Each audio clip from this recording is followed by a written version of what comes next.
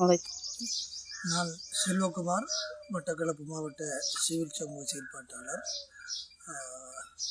இன்றைய தினம் நான் மட்டக்களப்பில் இருந்து கிராண்டில் ஒரு மரண வீட்டுக்கு போயிட்டு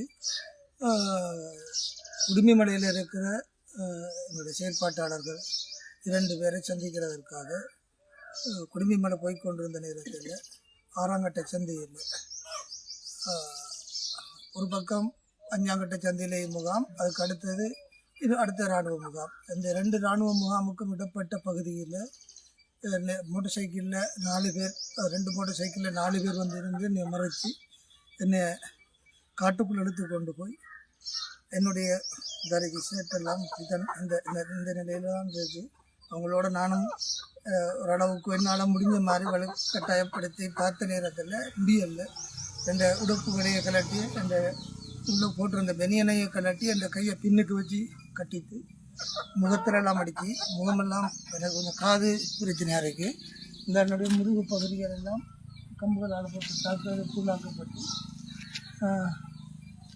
அந்த காட்டுக்குள்ளே கொஞ்சம் நான் மயங்கின நிலையில் கிடந்ததுக்கு பிறகு வெளியில் வந்து நான் பிரதான பாதையில் வந்து பின்னுக்கு கையை கட்டின மாதிரியே தான் நான் அந்த பிரதான பாதைக்கு வந்தேன். நான் வந்த நேரத்தில்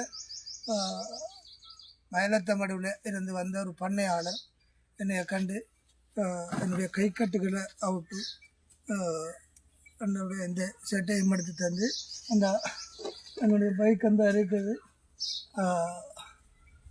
என்னுடைய பைக் அந்த தான் இருக்குது. அந்த பைக்கும் இந்த அளவுக்கு சேதமாக்கப்பட்டு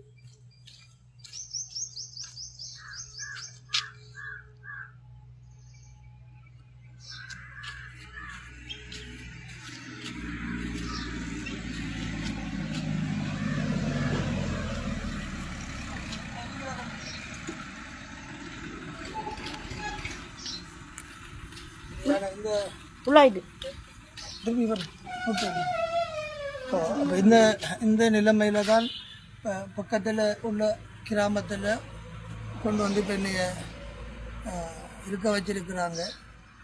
இந்த விடயத்தை சிவில் சமூகங்கள் சார்ந்து ஒரு மனித உரிமையில் செயல்பாட்டாளனாக செயல்படுகிற எனக்கு இப்படிப்பட்ட ஒரு அச்சுறுத்தல் நடந்திருக்குது.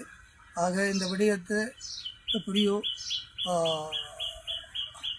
இதை வெளியே கொண்டு வர முயற்சிகளை மேற்கொள்ளுமாறு பணிவுடன் கேட்டுக்கொள்கிறேன். நன்றி.